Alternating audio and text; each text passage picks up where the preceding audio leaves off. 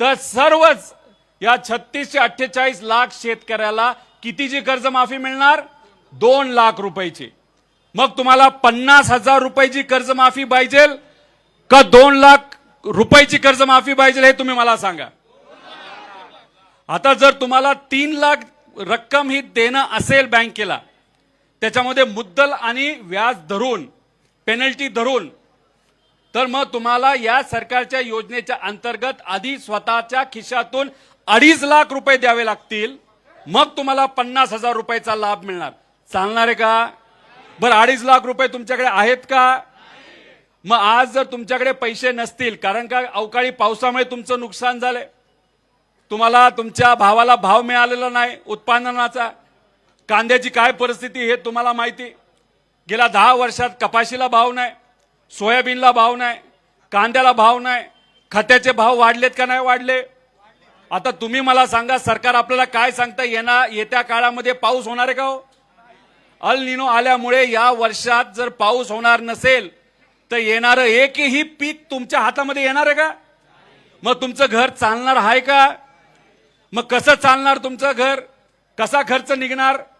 तुमची मुलं जर कॉलेजमध्ये असतील त्याची फी कशी भरणार?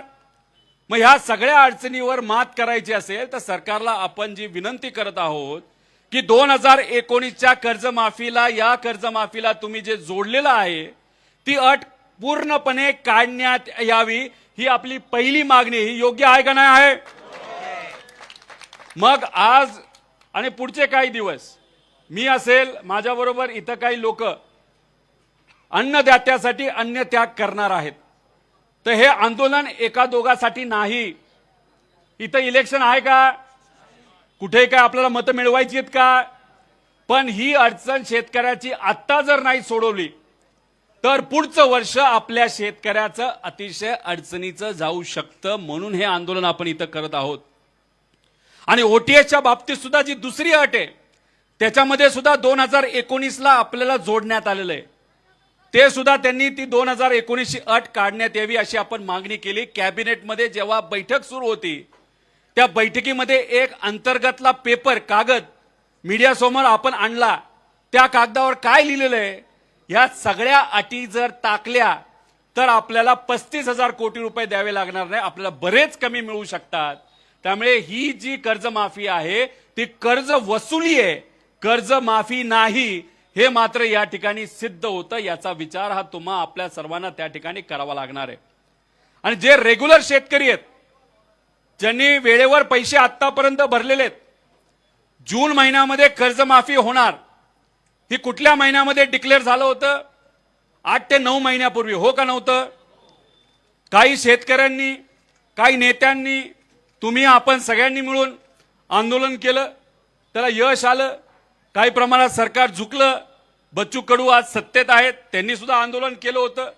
जे शेतकरी नेते आहेत त्यांनी त्या ठिकाणी आंदोलन केलं होतं, त्याच्यामध्ये राजू शेट्टी असतील, अजितभाऊ नवले असतील, अजून असे बरेच काही नेते त्याच्यामध्ये आहेत। तर या सगळ्यांनी आंदोलन केल्यानंतर कर्जमाफी दिली, पण दुर्दैव असे ही फसवी कर्जमाफी दिली। आणि मग जे रेग्युलर शेतकरी त्यांना असं वाटलं कर्जमाफी आपली होणार आहे तर मार्चमध्ये पैसे नाही दिले तर चालतील, आणि मग कुठेतरी त्यांची कर्जमाफी त्या ठिकाणी कर्ज हे ड्यू न होता ते कुठेतरी त्या ठिकाणी पुढे गेलं। मग झालं असं की आता जे रेग्युलर शेतकरी आहेत त्यांच्यात कंडिशन काय टाकली, यांनी अट काय टाकली, 25-26 मध्ये त्यांनी ते रेग्युलर पाहिजे आणि 26-27 पर रेग्युलर पाहिजे। आता 26-27 सुरू झाले पण संपले का वर्ष? नाही संपलं।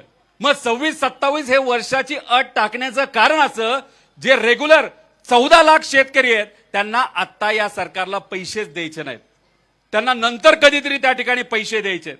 म्हणून आमचं म्हणणं आहे 2024-25 आणि 25-26 आणि 26-27 ची अट जी सरकारने टाकली आहे रेग्युलर शेतकऱ्याला, ज्याच्यामध्ये 14 लाख शेतकरी आहेत, ती अट सुद्धा त्या ठिकाणी काढण्यात यावी अशा आपल्या 3 प्रमुख मागण्या आहेत। आणि 50,000 रुपयेपेक्षा जे रेग्युलर आहेत त्यांची 75,000 पर्यंत मदत जर सरकारकडनं त्या ठिकाणी दिली गेली नाही तर वाढवली गेली, त्याचा फायदा हा आमच्या शेतकऱ्याला होईल। आता गेल्या वेळेस जेव्हा या भागामध्ये, या महाराष्ट्रामध्ये अतिवृष्टी झाली होती काय सरकार सांगितलं होतं 35,000 कोटी रुपये आम्ही शेतकऱ्याला देऊ. आले का तेवढे पैसे? हे दोन आमदार या भागातले आहेत. त्यांनी त्यांच्या मतदारसंघामध्ये लोकात जाऊन खूप सेवा केली. आम्ही सेवा केली, लोकात गेलो, लढलो, बोललो, सगळं झालं आणि आम्हाला सांगण्यात आलं की 35,000 कोटी रुपयाची मदत आम्ही देऊ. आम्ही म्हणत होतो हेक्टरी 50,000 द्या. 35,000पैकी ₹1 सुद्धा शेतकऱ्यापर्यंत येणार नाही. किती रुपये आतापर्यंत त्या योजनेच्या अंतर्गत दिले? जाहीर झालं 35,000 कोटी, दिले फक्त 13,000 कोटी. मग ह्याच्यामध्ये शेतकऱ्याची फसवणूक झाली का नाही झाली? जेव्हा केव्हा अटी टाकल्या जातात त्याचं नुकसान हे शेतकऱ्याला सोसावं लागतं, भोगावं लागतं. म्हणून हे आंदोलन इथं करत आहोत. आणि काय सांगितलं होतं तेव्हा त्यावेळेचे मुख्यमंत्री साहेब आणि आत्ताचे पण मुख्यमंत्री साहेब की विमा कंपन्याकडनं प्रत्येकाला 17,000 रुपये आम्ही देऊ. आले का विम्याचे एक तरी रुपया? नाही का? त्यांनी त्या ज्या अटी होत्या, जे निकष होते तेच काढून टाकले होते. आम्ही तेव्हा पार घशाला कोरड पुरस्तर बोलत होतो, कृपा करून निकष काढू नका, शेतकऱ्याला मदत मिळणार नाही. सरकारचे 5,000 कोटी वाचवण्यासाठी शेतकऱ्याचं हजारो कोटीचं नुकसान केलं आणि मात्र शेतकऱ्याच्या खिशामध्ये ₹1 नाही आला. म्हणून त्यावेळेस पूर्वी ₹1 आपल्याला जी पीक विमा योजना मिळत होती ती परत एकदा सगळे निकष तसे शेतकऱ्याच्या बाजूने टाकण्यात यावे आणि ती योजना आता लगेच लागू व्हावी अशी आमची त्याच्यामध्ये त्या ठिकाणी मागणी आहे.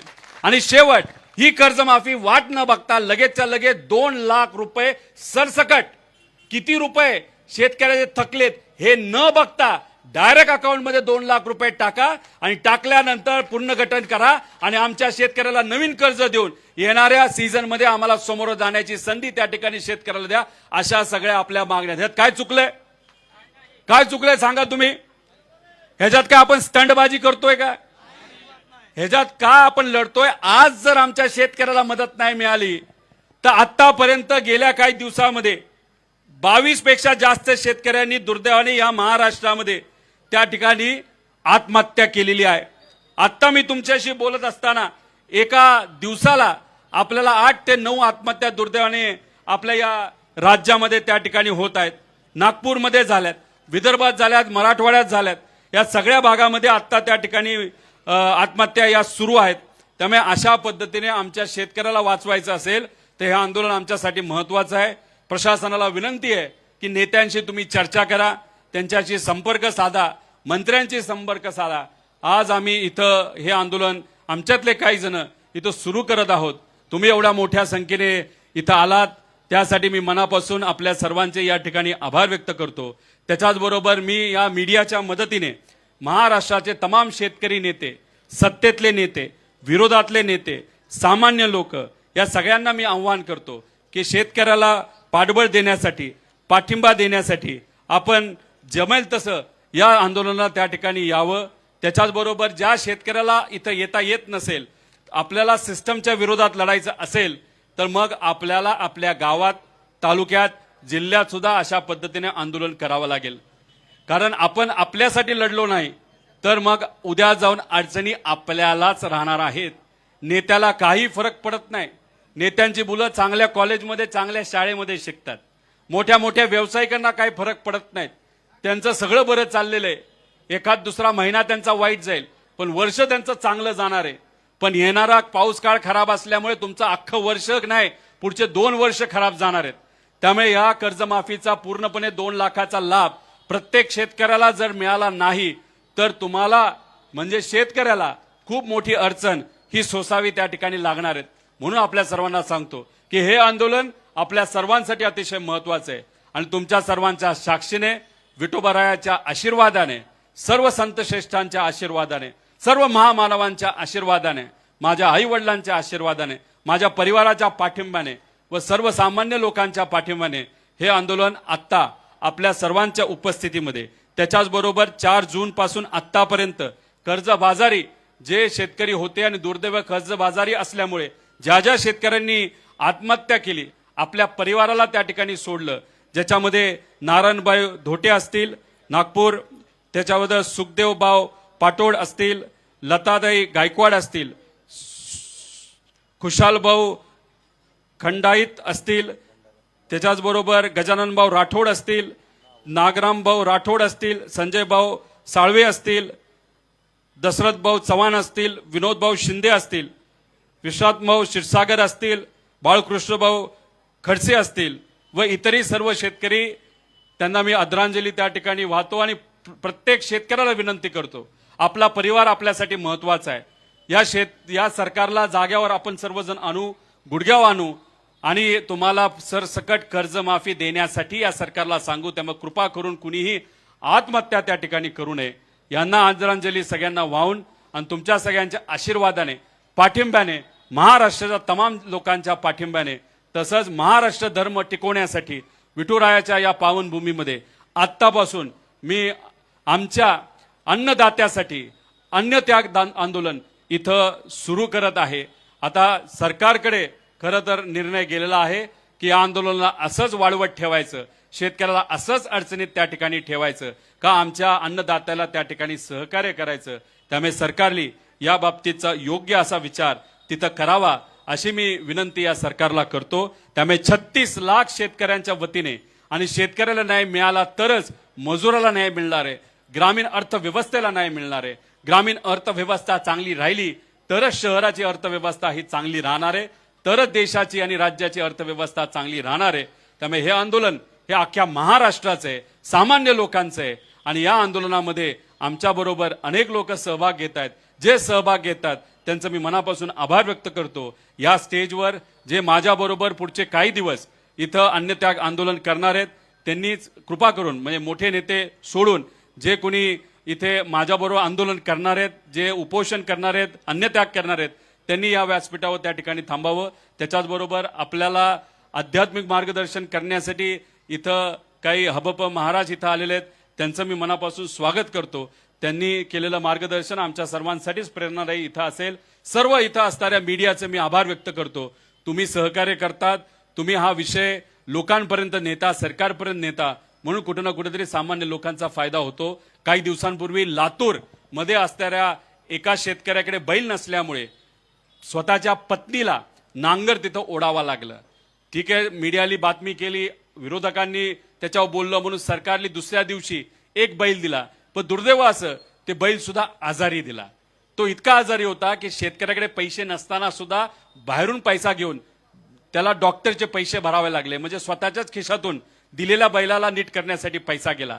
जसा तो बैल आजारी आहे तशीच ही कर्जमाफी सुद्धा आजारी आहे. फक्त दाखवण्यासाठी आम्हाला कर्जमाफी नको, सरसकट आमच्या शेतकऱ्याला मनापासून मदत करण्यासाठी कर्जमाफी द्या, सरसकट द्या. आणि आम्ही सांगितलेल्या अटी ज्या तुम्ही मुद्दामून टाकलेल्या आहेत त्या सर्व अटी ज्या आम्ही म्हणत आहोत तुम्ही काढा, त्या काढाच असं म्हणून मी इथं माझं आंदोलन सुरू करत आहे. रामकृष्ण हरी. जय हिंद, जय महाराष्ट्र, जय महाराष्ट्र धर्म. शेतकऱ्यांच्या एकजुटीचा हम सब हम सब हम सब हम सब. कोण म्हणतो देत नाही, कोण म्हणतो देत नाही. शेतकरी एकजुटीचा, शेतकरी एकजुटीचा. रामकृष्ण हरी.